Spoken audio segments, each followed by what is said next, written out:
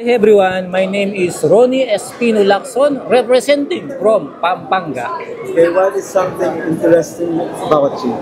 Something interesting about me po ay, yung mga iba ko kasing nakakasama sa kwarto. Halimbawa, minsan pagod sila sa trabaho. Alam naman natin bilang isang OFW, nandun na yung distress, tapos yung mga iniisip pa nilang iba. Kaya minsan ang ginagawa ko, pinagluluto ko sila. Tapos, ka magluto. Tapos, nasusurprise sila na may may baon pa silang pagkain nila papasok. How's your journey so far here sa citizen? So far naman yung mga ibang candidates ay parang mga kapatid ko na rin. Kasi lahat ng mga katulad na nila, nagtuturo sila ng mga nila, alam nila sa mga pageant, lalo na sa lakal. At ganoon din ako, yung mga alam kong ituro na dapat sa pageant, tinuturo ko din sa kanila. Kaya, okay. Lalo na yung organization, tinuturo kami mga anak. Minsan nagtatanong pa nga sila kung anong mga kailangan namin, tapos pinuprovide nila. What are your preparations for the coronation? Preparation, nagpo-prepare ako lalo na sa mental, physical, at higit sa lahat, pag-practice din sa Q&A. Yun ang pinaghahanda ko.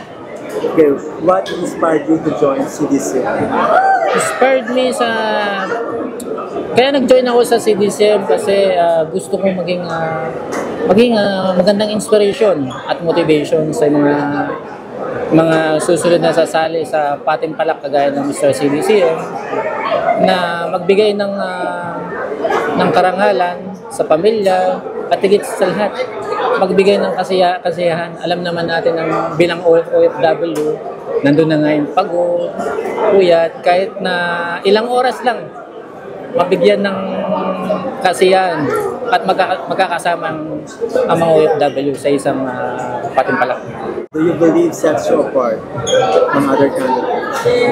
Tingin mo nagpapangat sa'yo sa ibang mga candidates? Yes.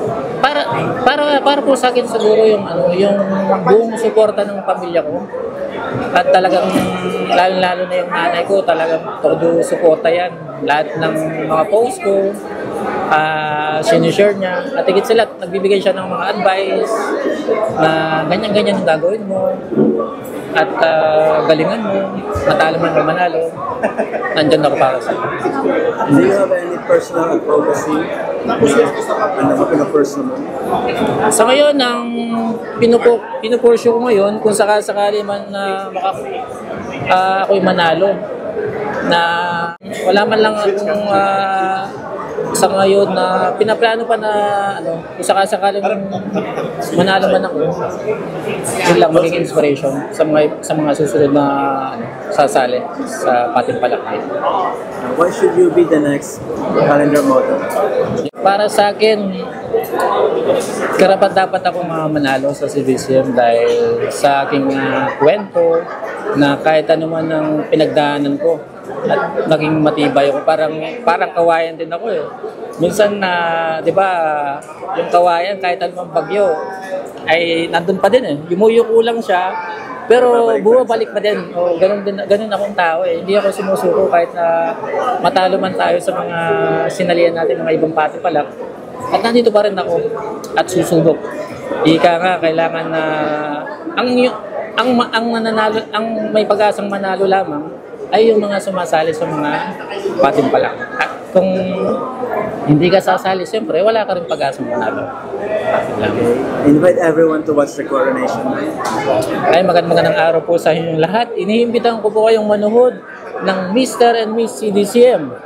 This coming May na po, May 9, 2025 at 5 p.m. po yung sharp na starting niya. At higit po sa lahat, syempre, pasupport na rin po sa tickets. Kung gusto nyo pong mag-avail sa akin ng ticket, punta lang po kayo sa aking page na Ronnie Espino Lacson para po sa mga gustong manood ng Mr. CDCM. At meron din po ako yung WhatsApp number 054-839-0508. Yun lamang po, maraming salamat sa lahat po ng mga sumusuporta Mabuhay po, lalo ng aking probinsyang Pampanga.